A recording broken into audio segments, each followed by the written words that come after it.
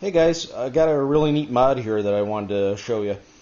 This is on the BF-109 by Airfield. This is the 1400 millimeter version. And one of the problems that I had, and I've heard that others have had, is with landing this airplane on grass, it tends to nose over, and I've noticed that quite a bit. Landings have to be perfect for it not to nose over. So anyways, someone pointed out the fact that the rake could be increased on the landing gear. That means the landing gear pointed forward a little bit, and that reduces the amount of nose over that tendency that the plane has when it's landing. So here we are.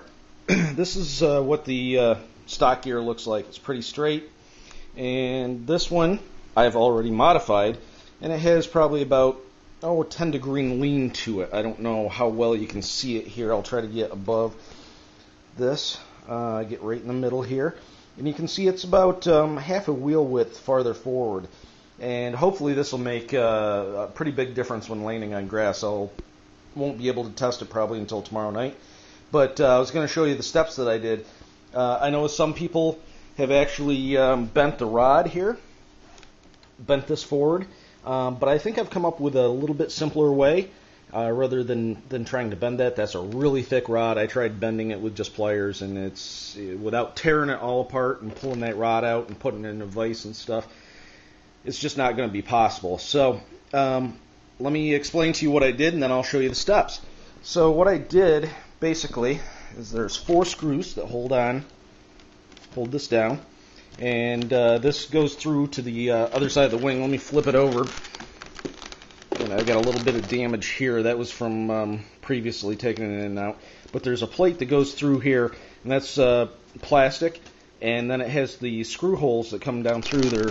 They're plastic little tubes that the screws go right into, so that it screws down and kind of squeezes against the wing itself to hold it in. So what I did, these are really long screws here. So I backed them all out, and then under these screws here, I put a couple of washers and a couple of nuts. So that gives about, I'd say about 2 centimeters of lift on this back side. And as you can kind of see there, let me get it a little bit better. Can't really get a good shot of it.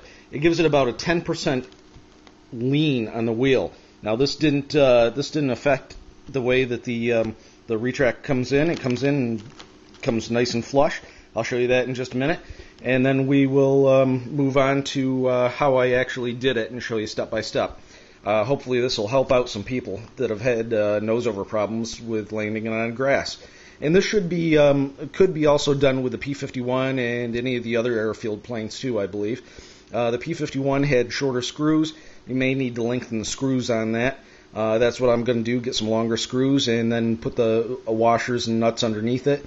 And that should give enough forward rake to keep it a little bit more stable on landing.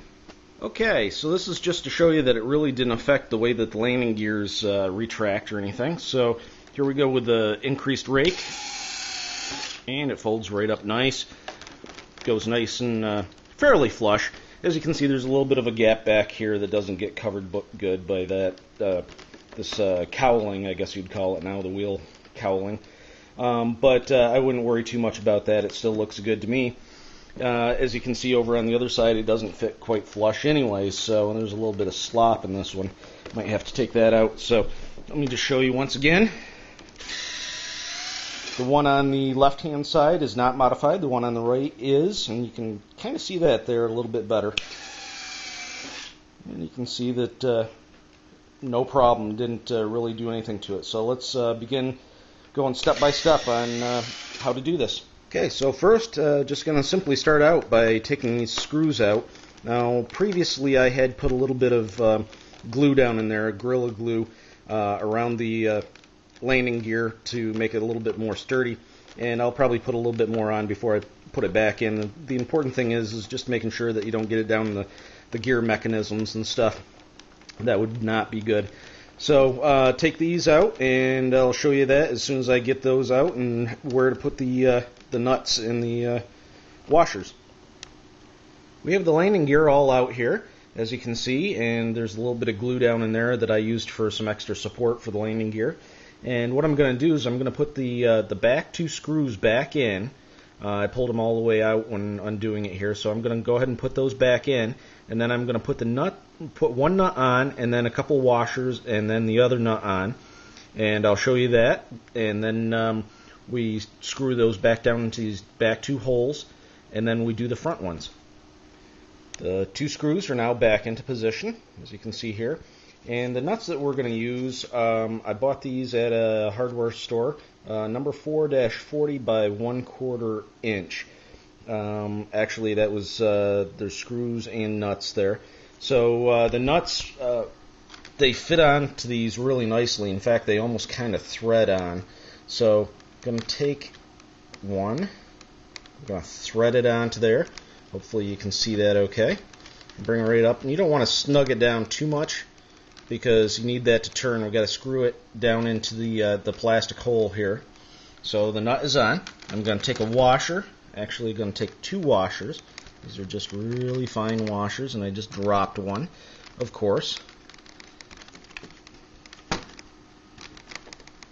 And I don't know where I dropped it.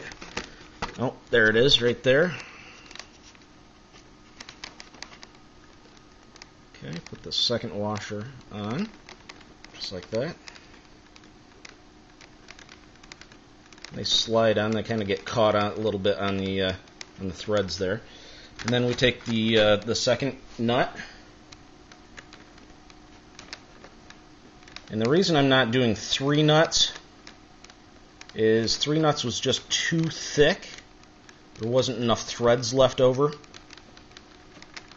Okay, so I'm going to tighten that down a bit. I'm going to get the screwdriver. I can't do this one-handed.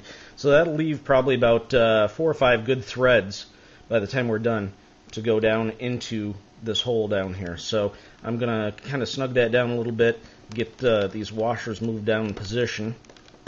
And boy, those washers are kind of hung up. I can't do this one-handed, so I'm going to go ahead and do that, and then do the other screw back here, and then we'll put it back in place. Okay, now with all the nuts and washers in place, we're ready to insert this back in. I don't think I'm going to put any more glue down in there. I think that's okay.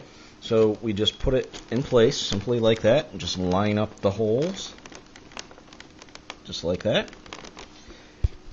And then grab the screwdriver and just screw these two down in so that they're snug. And I'm going to kind of alternate back and forth between the two. That way that they're even on both sides. And then after they are snug,